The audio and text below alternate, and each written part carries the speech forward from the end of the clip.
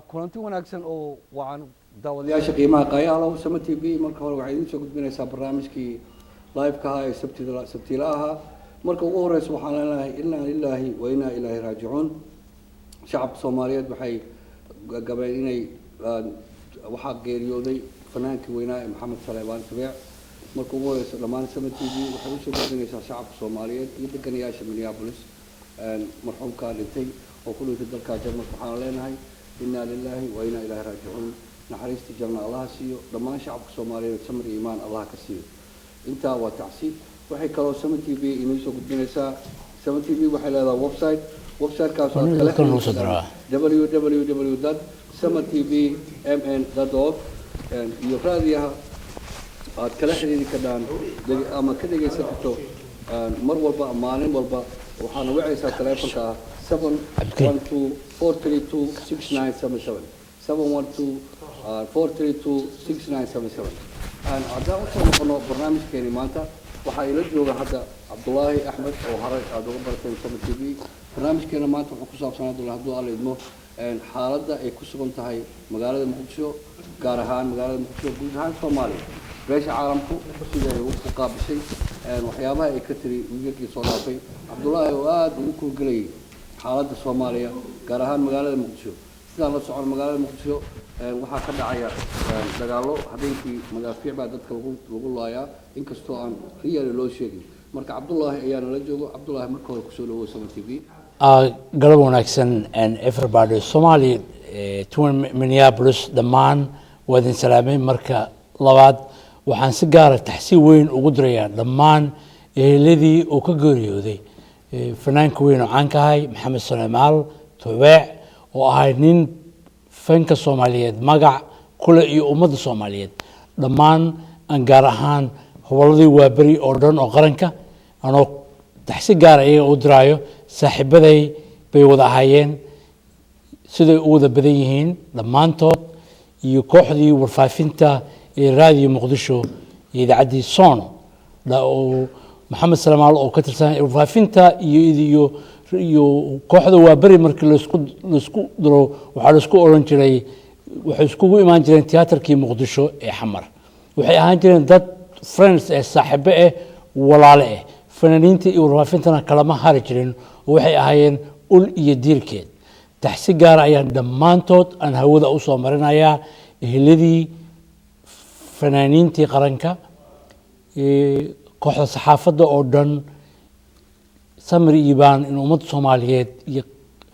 ummadda Soomaaliyeed oo ka siiyo Maxamed Saleebaan Tubeec oo ahay nin aan si fiican u aqoonay si wanaagsan isaga iyo dadkiisa ehelkiisa saaxiibtiis dhan aanu garanayay السلام عليكم عبد الله waxaan inta kaga gudbeenaa tacsidii ee Sama TV idin soo gudbinaysay waxaan u soo noqonaynaa xaaladda Soomaaliya Cabdullaahi waxaan filayaa inaad aad iyo aad ula socotid xaaladda dhabta ee Soomaaliya ku sugan tahay waxaa jirta in gobollo hadda la aasaasay 6 gobol oo dhanka Baydhabo laga aasaasay in magaalada Muqdisho loo magacaabo gudoomiye cusub isla markaasna dhowr mar beesha caalamku ay mataqaanaa ka hadasho xaaladda Muqdisho isla markaasna u qaybsanaha Soomaaliyana inuu warbixin badan Security Council ku gudbiyay weegi aan soo dhaafnay marka xaaladaas bal inoo soo koob iyo wax kala socdo marka koowaad horta dhammaan ummadda Soomaaliyeed meel kasta ay joogto sanad labaad baan in soo gudbinayaa reality-ga marka laga hadlayo arrimaha nabadgelyada iyo arrimaha barakaca dagaalada ka socdo gobolada qaarkood Bay Bakool area gobolada shabaabka ay ku jiraan markii loo kuul galo waxaad arki kartaa ama aad fiiri kartaa dadkii shacabka inay dhiban yihiin dhibaatooyin badan ay ka soo gaarayso barakacooda ee dawladuna wax xil ah ay iska saareen dadkaasi ay raadinayaan sidii ay ku hanan lahaayeen dhul iyo deegaano cusub oo istiraatiiji oo midaysan dawladdu iyo ciidamada hadda dagaalka ku kula jiro shabaabka male iyo amisoonka ma wada socdaan oo way kala socdaan tan koobaad tan labaad waxaad arki kartaa dagaal markii la qaadayo oo ciidan waa inuu lahaado strategic times oo go'an oo go'an waqti yar oo go'an iyo ujeedada dagaalka laga leeyahay meesha loo qaadayo ciidanka kan waa ciidamo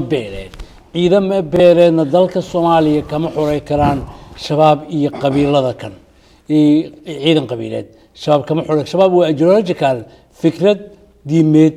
oo mabda'iyo kala duwan ku xiran dowlado kale ku xiran oo culus marka nimanay ka xoreyn karaan dalka maahan markaad u aragtay arrimaha security inside-ka muqdisho gudaheeda waad arkaysaa qaraxyada nabadgelyo xumada soo saacideeya cabsida dheeraadka oo soo saaciday dalka ku soo saacideeda waxaad moodaa inuu qayb ka yahay dowladda ay qayb ka tahay madaxtooyada xubno ka tirsan shabaabka inay dowladda xubno ka yihiin ay qaybo gaara ay ka yihiin ay dowladda xubin ay ka tahay soo marka waa nasiib darro waaweyn inay hore u kacdo dalka waa loo baahan yahay laakiin ciidan soomaaliyeed iyo qaran soomaaliyeed oo wadajiro dalkao dhan laga soo aruuriyo ayaa shabaab lagula dagaalami karaa maxaa hortaagan dowladda maadaama la ictiraafay maxaa hortaagan in madaxweynaha ugu sarreeyo iyo baarlamaanka inay ku guuleystaan ay sameeyaan ciidan qaran waxa meesha yaal waxay tahay ma doonayaa wey ninka kan qaran soomaaliyeed iyo midnimo soomaaliyeed ninka kan USC buu ka yimid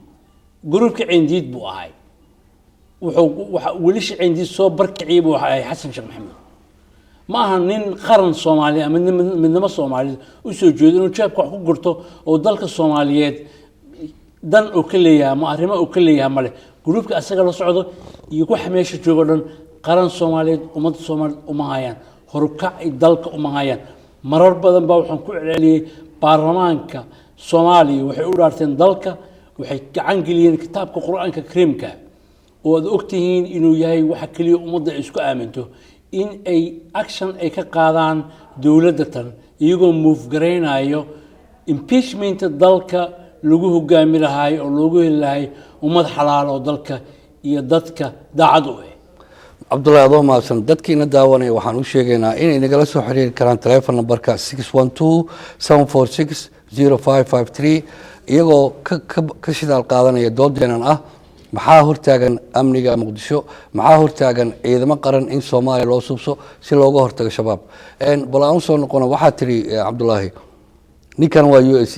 beesha caalamku maxay u arki weysay beesha caalamka marar badan report ka qortay beesha caalamka marar badan international community-ga contact community-ga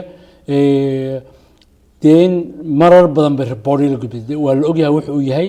inuu 1991 ka soo dagaalamay USC uu yahay nin aan dalka kan iyo ummadda ta aan waxba gacan u hayn inuusan yahay rawanta inaan si saaid ugu dheeraado laakiin reality-ga marka ay tahay nin dalka Soomaaliyeed ama qarannimada Soomaaliya matali kara ninka kan maahan beesha caalamka u bedel waxaan la soconaa in madaxdii hore ee beesha caalamka soo fargashan jirtay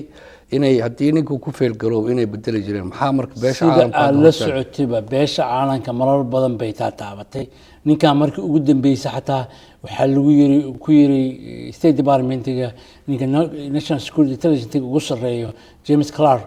uu yiri si toos ugu yiri ma suurtageli karto inuu dalka kan oo ku sii jira qalalaasa waxaana tahay nin daciif aan dalka kan hogaamin karin taasna caad cid uga jiro ummadda dhan way ogsoontaa Soomaaliyeed maxaa xal ah marka hadda xal waxa ay dalka Soomaaliyeed inuu baarlamaanka impeachment sameeyo la helo dalka inuu hogaaminta baarlamaanka ay la wareegaan xilka wuxuu magacaabay duq magaalo maalmo dhaweed hadda ugu dhow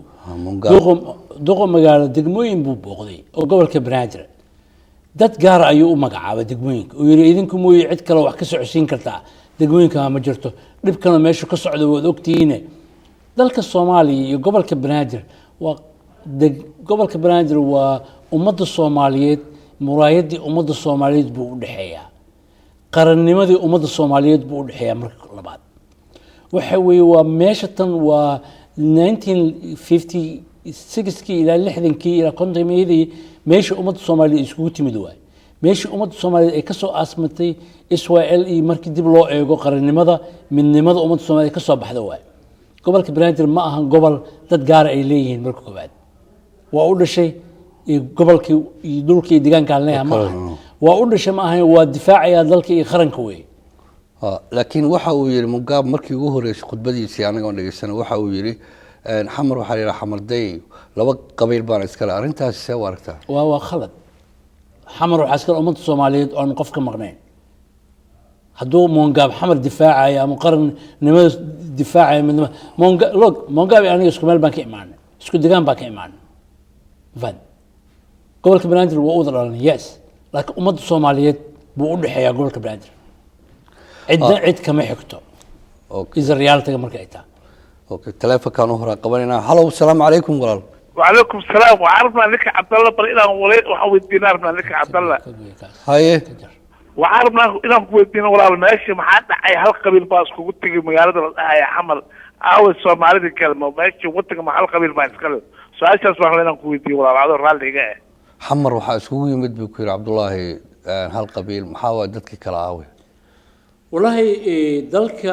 sida baarlamaanka loo dhisay oo ummadda Soomaaliyeed oo qayb walba secretary u dhistay baa waxaan jeclahay madaxtooyada iyo administrationka dawladda inuu u dhisnaado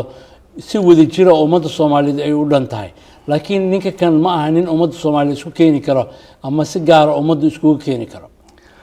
Cabdullaahi telefonkan hadii noo soo dhaco hello assalaamu calaykum okay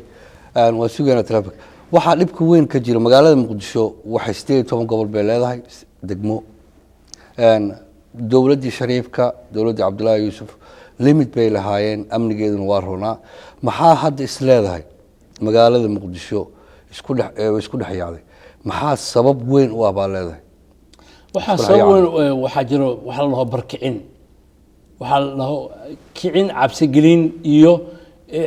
dawladii oo aan ciidan midaysan oo qaran Soomaaliyeed u tababaran ama u habaysan aan lahayn nidaam institution governmental system military and economical system intaba uma tababaran governmental marka hor fiiri 6 tiir ba adduunka jirto maxay 3 tiir ba jirto adduunka 3 tiir waa inaad haysatid 3 tiilka ummadda iskugu timaado cadaaladda marka hore inay heshid weey cadaaladda markay timaado bay nabad timaadaa nabadi markay timaado bay sinaanna timaadaa sinaantii cadaaladana kala ma haraan nabadda sinaanta cadaaladda waa in la helaa waa inuu talaalaa geedkii nabadda marka koowaad xasan laakiin geedkii uu gooynayo dabada uu ka jiraayo ummadda uu barkicinayo uu ku sameynayo deportation iyo barkicin iyo kicin ummado gaar oo nacayb dad gaar ah qaranka Soomaaliya lagu hogaaminayo waa maasantahay telefonkan qabanina hello assalaamu calaykum عليكم السلام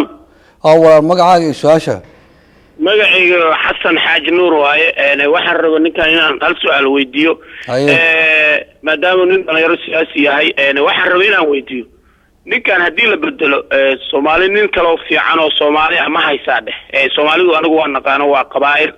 dadku diintay ka tageen dhibaatooyin badan ay jiro marka nin ka fiican ma haysaa dheh bal noo weydiiyo assalaamu calaykum Cabdullaahi wuxuu leeyahay ninkan haddii la bedelo waa madaxweynaha hadda jiro nin kale oo cusubeysa Soomaalidu waa qabiil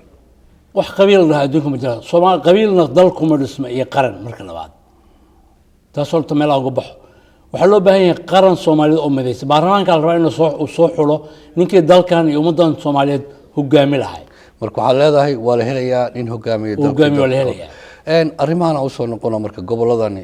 Bay iyo Bakool iyo waxa waa group waxa jira oranaya 6 gobol baan ka dhigaynaa kuwana waxay leeyihiin 3 gobol dawladuna waa ku dhex wareertay beesha caalamkana gobolkii 6 ah groupkii weydiid maxaa u maleynaysaa adigu dib kale Soomaaliya والله واشد كرو هي بروبلين كلا عصب أنا بقول وحنا واقيني آلت شوبا سيد الأورنج ريال تيجي مركته الريال شوبو هي إحنا قين المركي حقي ماذا رنتا يحقق الريال تيجي أنا لقى موضة تقول وأنا رنتا يحقق الريال تيجي إلى كهذا شد بقروح بدل ريال شوبو عنصر نقطة محمد وحنون نقيني دت ريال شوبا دت سوماليات ومد سومالي سودويو oo aan dhulbaraasi iyo waxba aqoon bay iyo bakool baan ku aqeenin okay marka maxay kula tahay sidee 6 gobol looga dhigi karaa way adag tahay marka maxaad xal adiga hadaysaa si federaalka loo hirgeliyo ilaan labadan gobol miyaad leedahay su'aal dhiso federaal ha noqdaan marka ugu horeysa waa in bay bakool la dhiso bay bakool marka la dhiso ayaa consolidation and resettlement system oo dispute the land waxa la dhaho adduunka uu dhaho sharciyada caalamiga ay dhahaan in la isugu yimaadaa waa states and local governmental local governmental iyo states wada jir ah inay propose u soo qoraan si caadi loo fiirso marka laga wada fadhiisto oo dad qubaraa oo ku caana dispute landska dhulka la isku haysto iyo deegaanada la isku haysto kala saaro waa in la helaa waxaan qaadanaynaa leenka telefoon baa ku jira u malaynaya farsamo qaarmay gacanaha hallo assalaamu calaykum calaykum salaam ha walaal magacaagii su-aasha arab xaaji maxamed maxamuud xasan haye waxaan rabay su-aashaan rabay inaan weydiiyo waxay tahay walaalkee dadka soomaaliyeed habaara ku dhacay isagana wuxuu sheegayaa in ummadda soomaaliyeed ay qaldan tahay ama dawladda ay qaldan tahay yaa saxsan yaana saxsanayn bal intaasa noo sheego waana mahadsantihin ummadda soomaaliya dhib baa haystuu yidhi marka yaa saxsan yaase qaldan ay kula tahay ummadda dhib uu haystaa ilaahay dhibkaa ka furo laakiin waxaa meesha yaal ummadda yaa hogaamiyo yaase jaabka lacagaha ku shaminaya caalamiga log turkiga ayaa guryo looga gatay lacagtii ummadda soomaaliyeed iyo qaranka soomaaliyeed ninka maanta qaranka hogaaminaya madaxweynaha isku sheegayo qaranka uu hogaamin kara maxay tahay marka hadduu qaacimul wadan yahay waa in lasoo qabtaa maxkamad la keenaa oo dalka la keenaa shicibka ay ka kacaan arrimahan dadku baahi bay u dhimanayaan dawlad la-aan bay u dhimanayaan institution system oo cadaalad darraha ka jira dalka group yar baad meesha maamusho oo sidii rabaan ka yeelaan isagana guryo caalamiya waaweyn buu ka gadanayaa isteedyo kale iyo waddamo kale ma rabi soomaaliya inuu hogaamiyo daacadna uma ahan cabdullaahi waxaan filayaa dowladihii hore sidii tii cabdullaahi yuusuf inaa xil kasoo yeeshay geedi aan la soo shaqayn jirnay xilligaasna xilligii ciidamada etoobiyaanka ay soo galeen muqaawamo ayaa jirta waagaasi haddeertaan waa la soo wada dhaweeyey maxay ku kala duwan tahay xilligaasi oo geedi uu ra-iisul wasaaraha ahaa iyo hadda maxaa waqtigaasi loo diiday hadda loo yeelay ciidamada etoobiyaanka taas markaan kaaga jawaab realitiga marka ay tahay etoobiyaanka horta waa dad soomaaliyeed nala dhashay dad walaalahayna deegaankeena dhiiggeeda iyo noo hureen inay difaacaan dalkeena ay la dagaalamaan cadowga kusoo duulay oo ka yimid meelo kale oo ideological ideyaha kala wato waqtigii cabdullahi yusuf geedi maadaama lala dagaalamo laga soo horjeestay waxaa looga soo horjeestay oo loola dagaalamay naceeb qabiil oo lagu nacaayey cabdullahi yusuf axmed realitiga markay tahay oo madaxweyne ka ahay dalka markaas cadaalad darre ahayd xaq darre ahayd raggii abaabuliyo kiciyey oo la dagaalamo buu xasan ka mid ahay markii kan realitiga ay timaado nuur shirbo waxaa marka aan realitiga imaano barne dilkeedii nuur shirbo dilkiisii waxaa ugu wacan oo loo dilay barne waxay difaacday dood oo cabdullaahi yuusuf iyo geedi laysku haysto taas oo ahayd in legal ay tahay sharci ay tahay iyo sharci darre ay tahay ciidamadan soo galay mayadna ciidamada warqad waxaa jirtay kalsooni lagu weydiisanayo baarlamaanka in letters constitution baarlamaan letterska warqadda cabdullaahi inuu saxiixa ay waqti loogu talagalay inuu saxiixeed in timekii inuu dhacay frameka ah inuu baarlamaanka kalsooni ka codsan inuusan ka codsan is a right cabdullaahi barni way difaacday haddaan kusoo goobo allah u naxariista barni doctores barni way difaacday waxay tiri waa khaldantihiin group isku tagay oo hooyadii may ahayn realitiga markay tahay ma ogolayn iyaga ayaana ridin cabdullaahi barni xamar ayay kusoo noqotay 2011kii sida ay ahayd 2010kii barni xamar baa lagu dilay maalinta xamar aadaysa nairobi wada joogna barni dongo xamar aan ku dhahay haddaad tegaysana be careful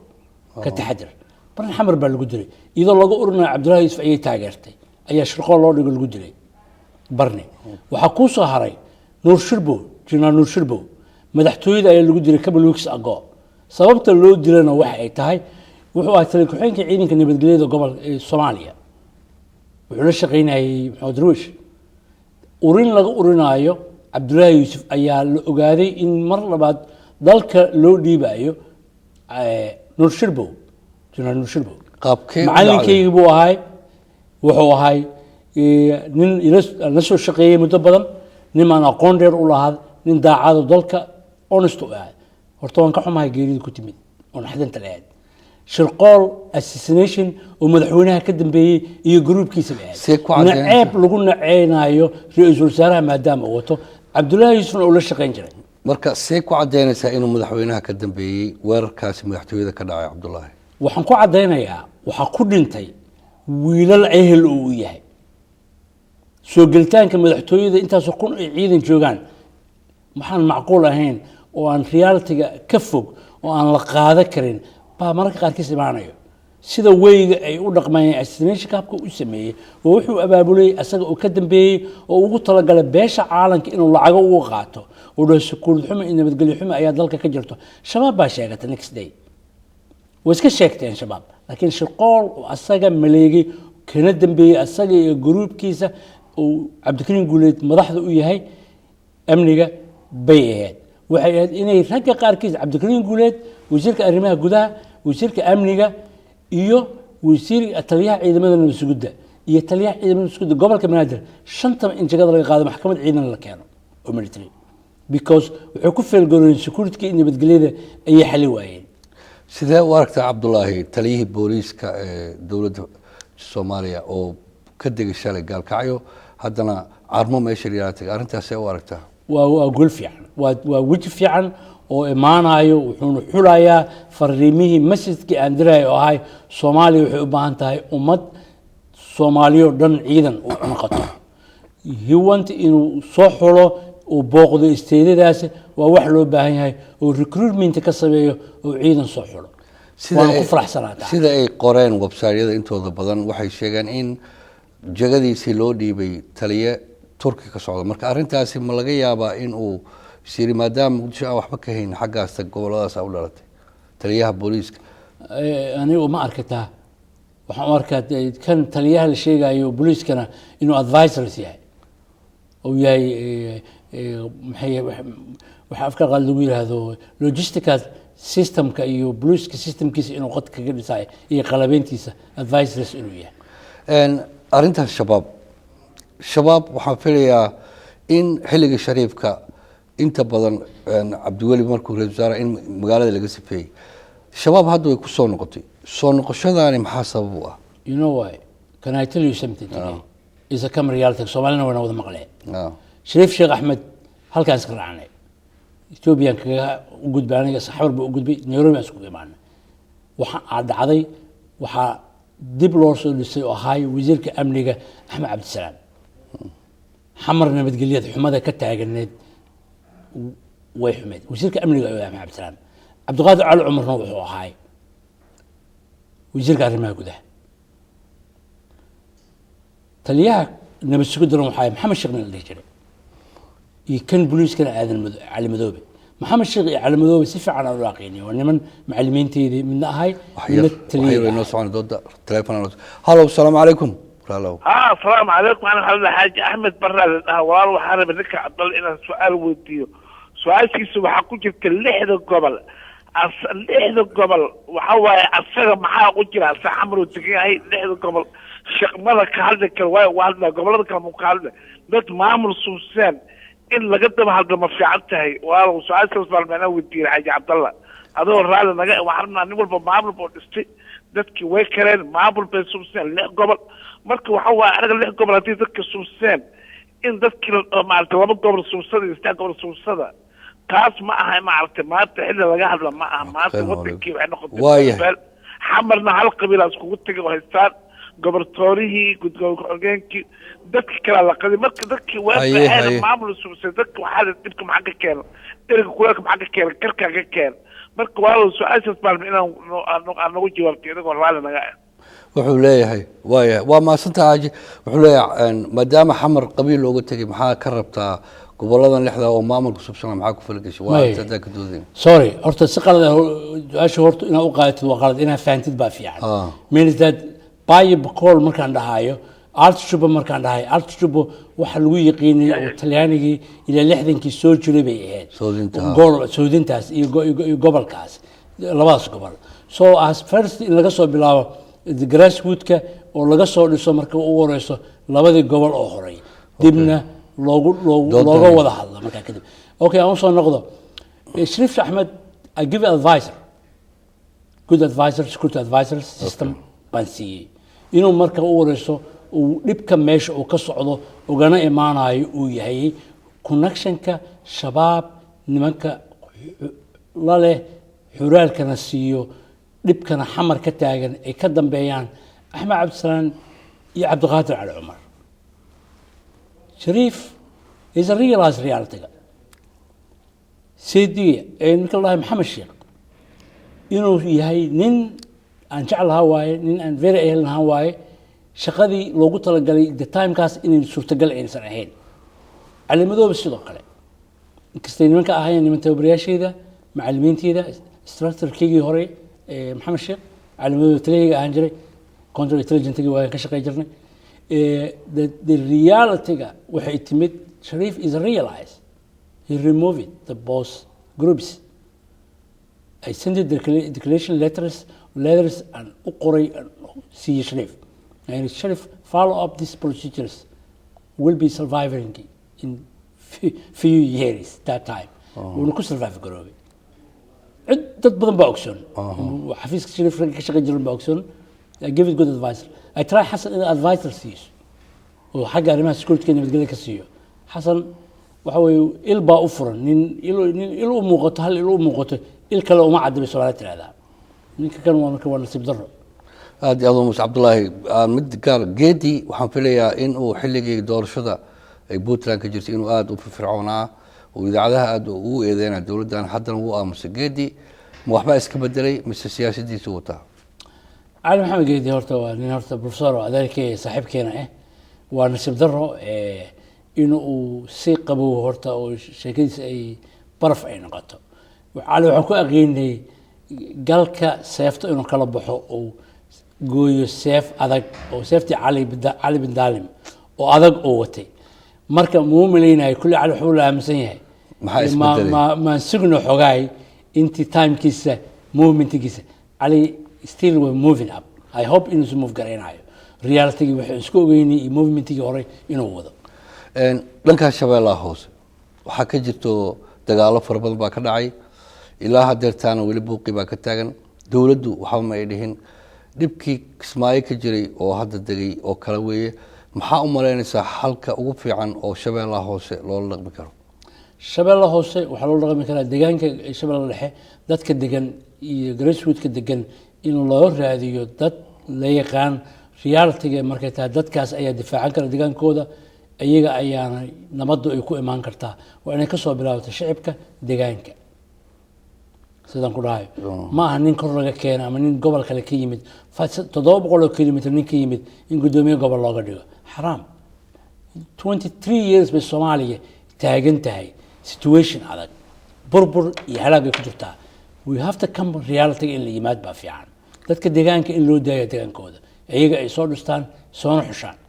maxaa ku dhacay Cabdullaahi xukuumadda cusub Cabdiweli madaxda ka yahay waxaan filayaa arrimahan hadda amniga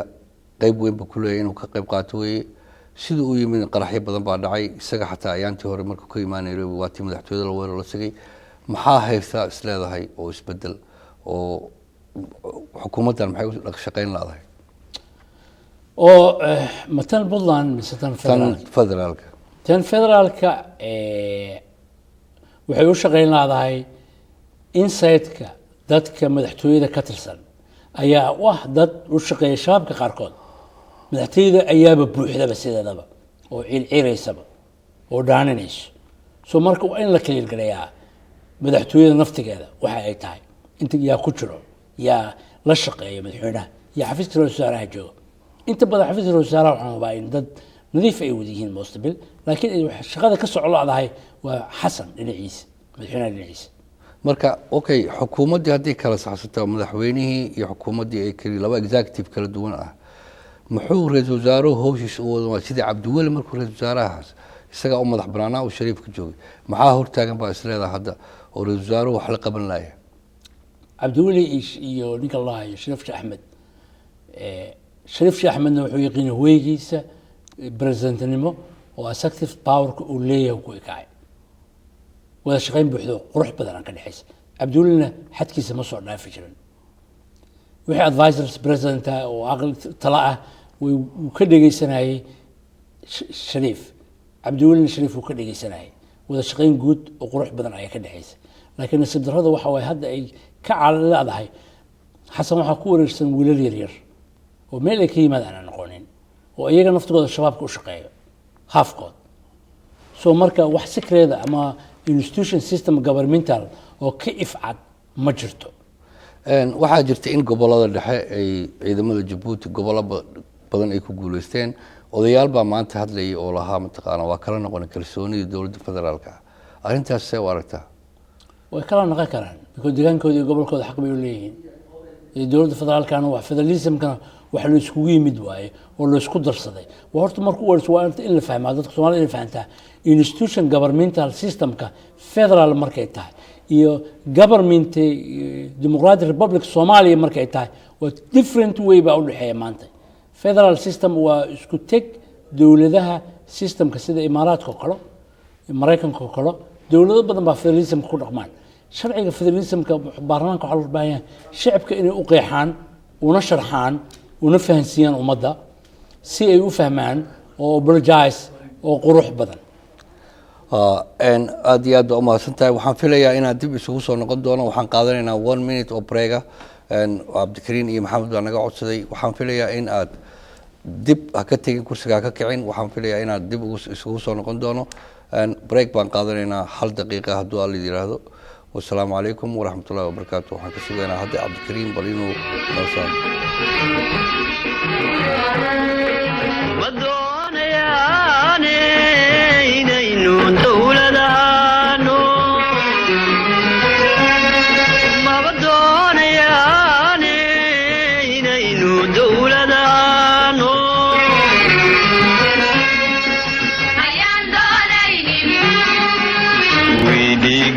durduran jiray wiidana hooda samaysan jiray wiidigeena durduran jiray wiidana hooda samaysan jiray aynu dilaynu dagaale kadibtoonada dadka yago aynu dilaynu dagaale kadibtoonada dadka yago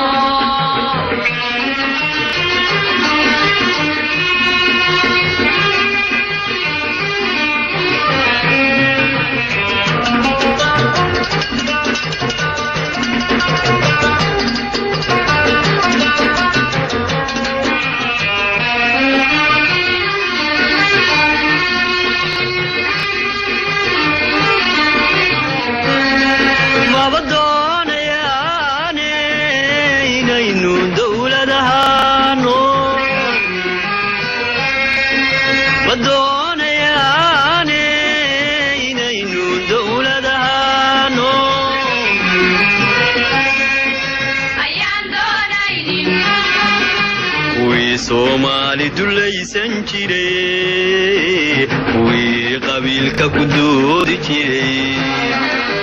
wii Somali dulaysan jiray wii qabiilka ku doodi jiray aynu dilaynu dagaale kadibtoonada dadka yago aynu dilaynu dagaale kadibtoonada dadka yago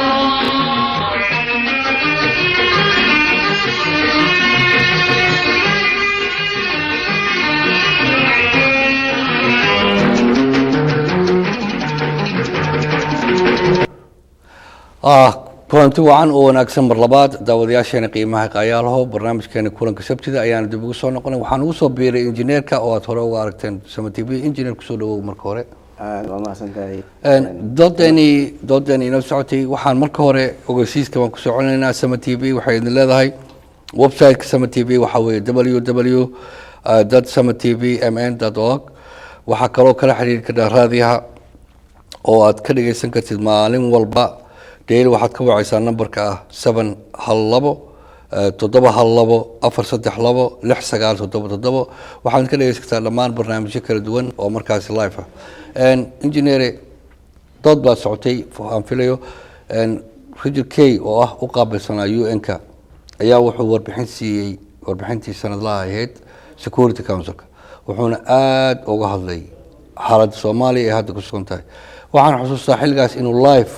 xalanay uu ka soo hadlayay oo uu soo gudbinayay Security Council baarintaas noo soo koob waxa uu yiri iyo waxa uu sheegay bismillaahir rahmaanir rahiim marka hore horta waxaan anigoo codka idaacadda TV-ga Sama TV iyo dhammaan shaqaalaha ku hadlaya magacooda iyo dhammaan jaaliyadda Soomaaliyeed Minnesota waxaan taas usoo jeedinayaa geeridii ku timid Maxamed Sleeman Tubaac iyo Xaaji Iker Leib oo labadaba ahaa fanaaniintii qaranka waxaan leenahay Ilaahay u naxariisto naxariistiina Allah ka waraabiyo qofka Allah u qaboojiyo من مقرن بإذن الله تعالى إلهي وحنا بريان حريص الجنة نيكولاس كي actually ومارتي إرجيا قارهاند الصومالي وفليا قرمنا مدوبي رون أهانتي أرمها صومالي آدي ورون دلالو سدي مارتي وحلو قبل لها شعب صومالي مدة بدنا كهولنا رون أهانتي وحكها اللي حق أمنية أو مقالة مقدشة أو سي حماني waayahan dambe muqdisho waxay noqotay meel maartay habeenkii maartay xabado badan iyo madaafiic laga soo tuuro amnigii magaalada caasimadda ahaydna ay halis ku jirto mar dhowna maartay weerar xun oo ka dhacay maartay xaruntii villa Soomaaliya oo aan naqaanay ay ahayd meeshii dalka dhan laga hogaaminay marka arimahaas aad iyo aad ay ugu dheeraaday waxyaabaha kale fana waxa weeyaan Soomaaliya waxay u baahan tahay amni hadii aan amni la helina waxaad garan kartaa in muxuu ahaa geedi socodkii nabadda ee Soomaaliya uusan hergelinin isla mar ahaantaana aan la helaynin 2016ka in one man one vote ay ka dhacdo Soomaaliya marka arimahaas oo dhan ayuu soo koobay caqabada hortaagan amnigana wuu ka hadlay gaar ahaan caasimadda dalka iyo guud ahaan gobolada dalka oo dhan in maartay qolooyinka nabadiidka ee al-shabaab ay yihiin maartay kuwa maartay doonaya inay wadanka amnigiisa ay qalqal galiyaan run ahaantii taasna aad iyo aad ayuu u taabtay dawladdii oo iyadan u fashil ku dhacay amnigeedii oo la rabay inay wax ka qabato isla mar ahaantaana hubka iyo maartay saanadaha la adeegsanayo iyo dareeska la adeegsanayo uu yahay kii dawladda taasna maartay waxay noqotay caqabad dawladda haysata oo hortaagan Cabdullah horta sida la socotiin ba amniga nabadgelyada gobolka Banaadir iyo security-ga monga markuu ka hadlayay waxaad moodaa in uu wax taabanayay dad gaar ah ama uu dhahay language-kiisa markaa dib u fasirtid ugu naqatid dib u xushtid okiyaal gashadu yiri okiyaalka wax arki jiray tilmaamo wax wuxuu kaga jeedaa horta waan ka xumahay inuu degaankii iyo gobolkii Banaadir oo Muqdisho ee ummadda Soomaaliyeed u dhaxaysay wuuna tilmaamay wuxuu yiri Soomaaliya waxay meel caasimada oo ummadda Soomaaliyeed u dhaxayso in runta laga sheegaa fiican wuxuu yiri muddo moogta waa u dhaxayso yiri laakiin si gaar ah wuxuu tilmaamay in idinka shabaabka arki kartiin oo kiyaalka wax ku arki jirteen gashada minista shabaabka idinku idinka soo jeeda dibkana idinku idinka socdaa ummadda ka daaya dibka baan u arkaan raayahan is reality taas way dadkan gobolada xakiimid shabtooda 100 kilomitir ka yimid xamar soo daam gareeyay dibka idinku ka socdaa dibka joojiya nabadgelyo loo baahan yahay ummadana waxay inala wadaagto dadka guryahoodana ka baxa hadal aad qurux badan buu ilaahay markaa saarkaayo laakiin inay Soomaaliya ama qaranka Soomaaliya nabadgelyadiisi iyo security-giisi iyo ummadda Soomaaliyeed hijack ay ku haystaan group yar waa nasiib darro today Cabdullaahi engineer su'aal baan idin dhigay waxaan isla fahanay in dawladdan ay fashilantay beesha caalamkuna dhaqaale badan iyo gelin sida hadda ay sheegayso maxaa beesha caalamku ay u bedel weyso dawladdan hadday fashilantay maxaa isleedahay run ahaantii haddii aan aniga ku hormaro maadaama dhinacayga soo jiro waxaan leeyahay maxay ahayd dunida caalamku run ahaantii waxa ay sugayso waxa way Soomaaliya 4 sano ayaa waxa loo doortay Xasan Sheekh Maxamuud inuu dawladda maartay madaxweyne ka ahaado mandate oo dawladda maartay loo ogolaaday ayaa jirto inay 4 sano wadanka sii hayso run ahaantii mandate-kaas waa laga noqon karaa oo qaramada midoobay iyo hay'adaha maartay deeqaha bixiya way kala noqon karaan mandate-ka ay siiyeen iyo aqoonsiga labadaba kala noqon karaan waxayna kala noqon karaan haddii dawladdu fashilaada hadda ay fashilantay ay kusii socoto ilaa iyo inta laga gaarayo bisha la yiraahdo October waxaan u maleynayaa haddii dawladda ay ka noqon weydo tallaabooyinka iyada caqabada ku ah waxaa imaan doona in baarlamaanka iyo dawladda labadaba daaqada laga laali doono marka labaad horta sida la socotiin ama dadka ay la socdaan idaacadaha iyo journalada last week hadda aan soo dhaafnay Monday hadda aan soo dhaafnay waxa tagay xamar UN group ka socdo international community-ga isugu jiro group oo contact group-ka research ku sameynay nabadgelyada iyo dhibka caqabada ka taagan dawladdu waxa lagu yiri maxaad codsanaysiin oo u baahantiin oo adduunka aad ka codsanaysiin waxay ku jawaabeen waxay dhaheen kaalmo caalami iyo international oo baahana waa ra'yi qurux badan oo fiican kumaysan inkaane nasiib daradu daaqaday ka sii dhacday waa dad aan ilaahay xaq tuseen oo xaq darri ku socdaa mar walba waxay ku jawaab mid baa dhinaca kale ka soo wuxuu yiri waxaan rabnaa ciidan carbeed oo international community ay noo keento afrikaanka kan naga bedesho waa borbor cusub waxa lagu jawaabay ciidanka carbeed aad rabtiin dalalka carbeed ka imaanaya Soomaaliya kuwa al-shabaab fanka siinay oo caawinay oo cadowga ku ee dalkan nabadgelyadiisa security-giisa wax ka hirgalaan waa nasiib daro iyo value cusub laakiin international community waxay rabaan inuu baarlamaanka movement sameeyo oo baarlamaanka reconciliation oo keeno impeachment dalka la keeno resolution bill oo baarlamaanku soo gudbiyo oo ah dawladdu inuu ku casilo motion inuu baarlamaanka keeno bay international kaga fadhiyaan baarlamaankana iyaga baa balaalush ku socda qaarkood oo la kala laalushaaba dhanka kale engineer waxa la soconaa in goboladan Bay Bakool ay dhisteen 6 gobol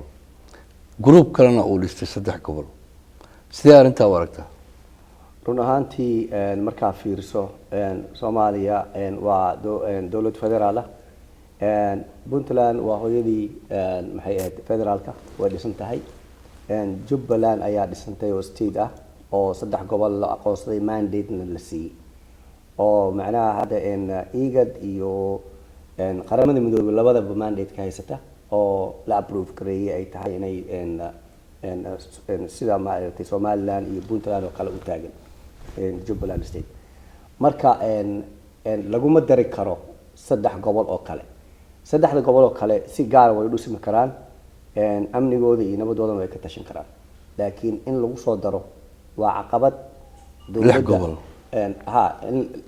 saddex gobol oo kale si hadana loo magacaabo 6 gobol in lagu magacaabo madaxweyne loo sameeyo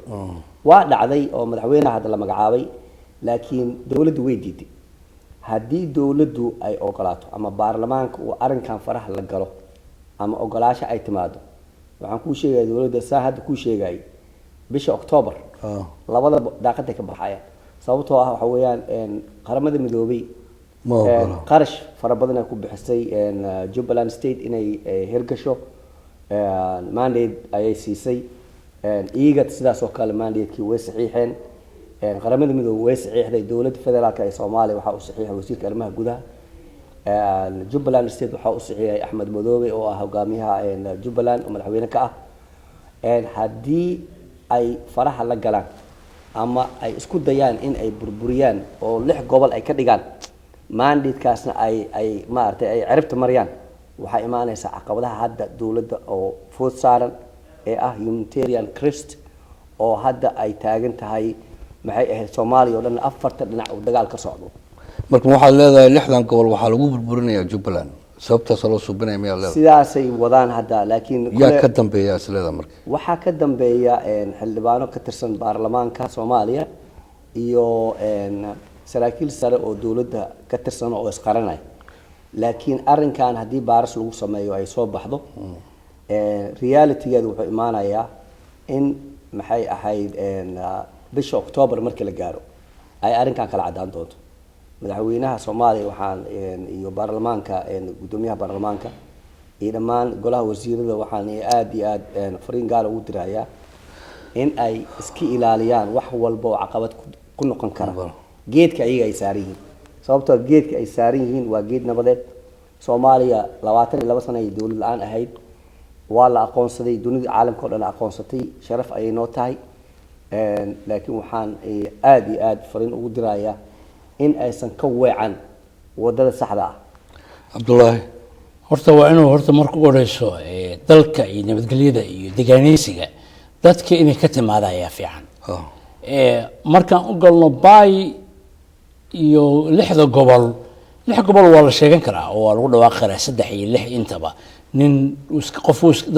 dad way iska hadli karaan groups anagoo ku xadgudbayn dadkaas deegaankooda iyo gobolkooda horta in loo fiirsado ayaa fiican horta ingiriiska laga soo bilaabo baay bakool bay ahaan jireen altitude la isku oran jiray xilligii Talyaaniga 60meeyadii wixii ka dambeeyay dawladda militariga ahayd deen markaa waa in haday dispute jiro dhul kale ay sheeganayaan ama deegaano kale ay sheeganayaan inay soo qortaan dispute the land wax la dhaho oo sharciyada caalamiga loo fiirsho ama sharciyada stateska aan kan federaalka loo eego baarlamaanka ay galaan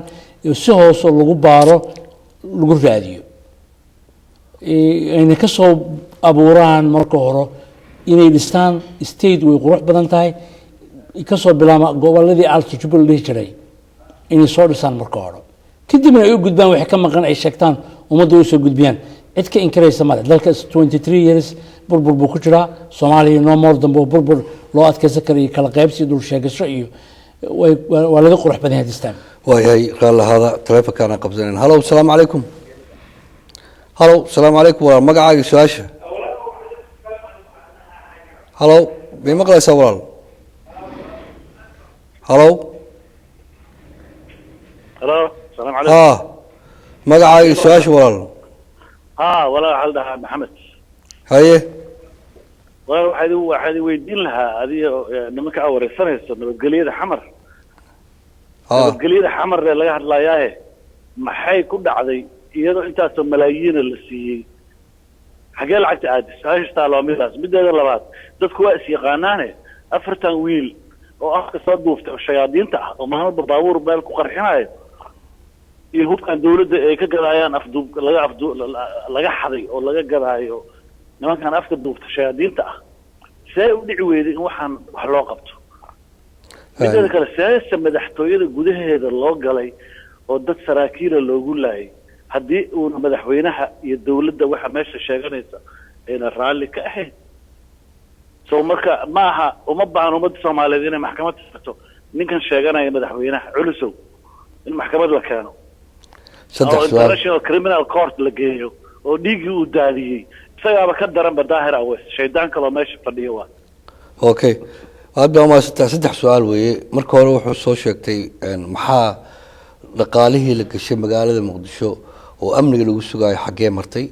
midda labaad wuxuu yiri dadka wajiga soo duubanaya shayaadiinta ah oo qoryaha wato meesha ka yimaadeen waa la yaqaana madaxweynaha ayaa mas'uuliyaddeeda leh waayo weerarkii lagu qaaday madaxtooyada marka maxaa loo keeni waayay maxkamad madaxweynuhu hadduu ku feel garoobay amnigii iyo wuxuu ballan qaaday marka hore sida aan hore ugu sheegay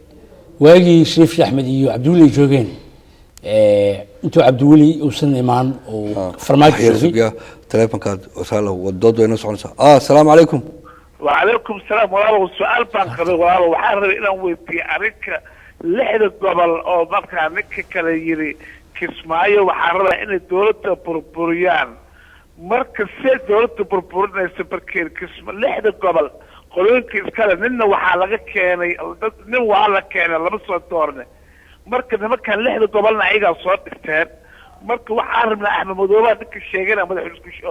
الشيغان عيو وأنا لك سنين لصوت دورت الماء أنك تناهي بربر في قصة عطاك كسماية نبع الله تتبع الله قلت ما أعطت فيه من دور الشقة سؤال هذا وامحي مركا سؤال هذا وامحي مركا وحارب إلى ويديو سؤال شيء وحواي نحن وحينا ذيك معرفتي دولة تبقى يعرف إلى 300 كسماية ما بك كتير سؤال شيء صار بينا ويديو رالو باي noo doodayna okay lixda marka aad eegtid waqtiga farmaajo uu joogay buuq badan nabadgelyo xumo badan baa taagneed security xumo badan baa caasimada ka jirta madaxtooyada gudaheeda hubiya lagu qaraacay securityga qatar buu ku jira dad badan baa lagu laayay front of the albaabka madaxtooyada shariif watan is aragnay oo aan ka siiyey information internal information security system oo gudaha amniga ku saabsan dalka gudihiisa wuu qaatay wuxuu bedelay wasiiro wuxuu bedelay saraakiishii amniga qaarkood wayna shaqaysay insightka xasan waxaa hadduu lug uusan ku lahayn waa inuu maxkamad keeno responsible cidda ka nabadgelyo xumada wasiirka amniga wasiirka arrimaha gudaha iyaga mas-uuliyadda wataa leedahay yes intelligentiga CID division qaybta nabadgelyada kamida waaye dalka intaba waa inuu u keenaa counter intelligentiga qaybta argagixisada qaabisan counter espionage Soomaali tirada intaaniga yiraahdaa waa inuu maxkamad keeno laanta dabagalka argagixisada iyo ninka uu sareeyo sarkaalka uu sareeyo waa inuu maxkamad keenaa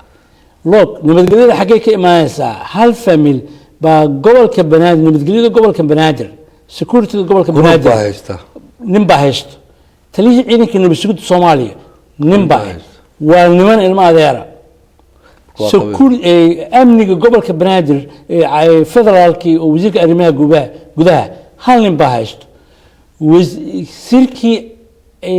muxuu ahay arrimaha gudaha hal dhinac baa sidoo amniga ama dalka nabadgelyadiisa iyo securitygiisa sidee ku xasilaysaa engineer runtii Cabdullaahi waa ku raacsanahay Cabdullah arrinkan aad iyo aad Soomaaliya horta amnigeeda in wax laga qabto aad iyo aad ayay u habboon tahay laakiin waxyaabaha keenay maanta oo dhibaatada ay ku badatay waxa weeyaan ciidan beeleedka la sameeyay oo hab qaran loo sameeyay marka waxyaabaha caqabada wadanku ay kamid tahay gaar ahaan marka fiiriso caasimadii dalka ee Muqdisho gobolada marka fiiriso sida hadda Puntland iyo Somaliland ama maxay Jubbaland iyo Puntland marka fiiriso iyaga naftirkooda qaabkaas way u dhisan yihiin marka fiiriso laakiin hadana waa la qaramay ninna maanta hadii beeshiis ay soo duusho iyadoo hubeysan ay rabto inay beel kale ku duusho ciidanka ka hortagaya waa ciidan federation ah oo gobolka u leeyahay waa la xakameynaya wax iska hormaad oo saas u weyn oo dhici kara ma jiro laakiin marka fiiriso hadda Muqdisho habka ay u dhisan tahay oo dawladii qaranka ee Soomaaliya ee federaalka matalaysay general Galaalo ka hadlayay maalin waan dhageysanay run ahaantii waa wuxuu ku tilmaamay wax haba yaraatay ciidankaas aysan ciidan haba yaraatay aysan u qalbin waa nin ka soo baxay jabhad ama waa nin ciidan beeleed ahaa oo beeshiisa ay meesha keentay oo aan istiraatiiji ciidan ku soconin oo nidaam aan ku soconin nabadgelyo darada taas keenaysa in ma artay madaxda ugu sareysay dawladda ay ayaga naftirkooda ay yihiin kuwa hubka oo magaalada ku gaday barnaamijkeeni kulanka waa 5 daqiiqo inoo hadhay waxaan siinayaa 2 daqiiqo iyo 2 daqiiqo Cabdullaahi maada ku hormar masjiineerka okay waaya gabagaba waxaan rabnaa in aad u gudbisaan dhamaan dawladda haday tahay shacabka haday tahay baarlamaanka haduu yahay xukuumadda haday tahay maxaa xal ah oo amnigii shabaabna lagu ciribtiri karaa amnigii qarnimadii lagu sugi karaa 2016 shacabka Soomaaliyeed ay codkooda ku dhiiban karaan Cabdullaahi ku hormar marka koobaad horta waa mahadsan tahay waxaan aan taabanayaa mahmaah xasan ayaan u dirayaa messagekan soo maadaama uu sheeganayo madaxweynaha dalka maxamed siyaad baraba waxaan oran jiray shabeel dabada qabo shabeel cararaay dabada qabso ama kucun ama dil labada wax u dhaxeeya male nimanka uu wax u dhiibay xasan wuxuu u dhiibay shabeel buu dabada qabsaday xasan arrimaha nabadgelyada securityga gobolka ciidamadii federaalka Soomaaliya dhan in gobolada dalka dhan laga soo ururiyo oo loo qaybiyo loo baahnay buu dad gaar ah ku koobay marka ama hadilo ama dadka akhirkan way dilayaan that's guaranteed laakiin baarlamaanka Soomaaliya ayaa waxa laga rabaa inuu baraarugo hurdadana ka kaco moshina keeno dalka hogaaminta nabadgelyada si lagu heli lahay waxna looga bedeli lahay strategy Soomaali ay ku hergeli lahayd dalkan 2016 kana lagu gaari lahay okay engineer run ahaantii Cabdalla waa ku raacsanahay waa fikrad aad u wanaagsan horumarka Soomaaliya iyo idilada cusub ee ay hiigsanayso dawladdu waxay horumarkaas gaari kartaa oo kaliya marka dagaalada hadda socda ay ku bedesho nidaam wada hadal ama si ma aragtay guulo loogu gaaro dagaal kale oo noocan ka gadisan sababtoo ah hadda waxaa dhacday barakac burbur gaajo bolio oo Soomaaliya taagneyd oo hadda socotay oo si fida oo gobol kaleeto oo ka sii fog caasimada sii gaarta nidaam humanitarian crisis oo bilowda oo Soomaaliya 2009 dib ugu noqota haddii aan la gaarin nidaamka hadda socda ee ku socda maxay ahayd dagaalka aan nabad iyo wada hadal laga gaarin roobabka bilaabanayna dawladda jab ayay u yeesan doonaan marka dawladdu waxaa wanaagsan nidaam ka gidisan hadda talaabada ay hadda hayso oo dagaalka ah ee gobolada ay ku qaaday inay nidaam kale ka gidisan ay bilowdo oo laga soo horjeedo qolooyinka nabadiidka aad iyo aad baa u mahadsantihiin aan Cabdullaahi injineerka oo maanta inagala qayb galaya barnaamijkii kulanka sabtida ayaanu inta ku soo gabagabeynaa intaanu ka bixin barnaamijka waxa dadkina daawanayo leenahay waxa nagala soo xiriiri karaan website-keena ah www.samatv.mn.org iyo raadiyaha aad ka dhageysan karto telephone numberka oo daily aad ka dhageysan karto telephone numberka 712-462-6977 barnaamijkeeni oo sabtiilaha oo maanta aan ku soo qaadanay xaaladda Soomaaliya iyo tacsideeni waxaan ku soo gabagabeeyay intaas ayaan ku soo gabagabeynaa waxaan leeyahay kulanti dambe wacan wassalaamu calaykum waraxmatullaahi wabarakaatuh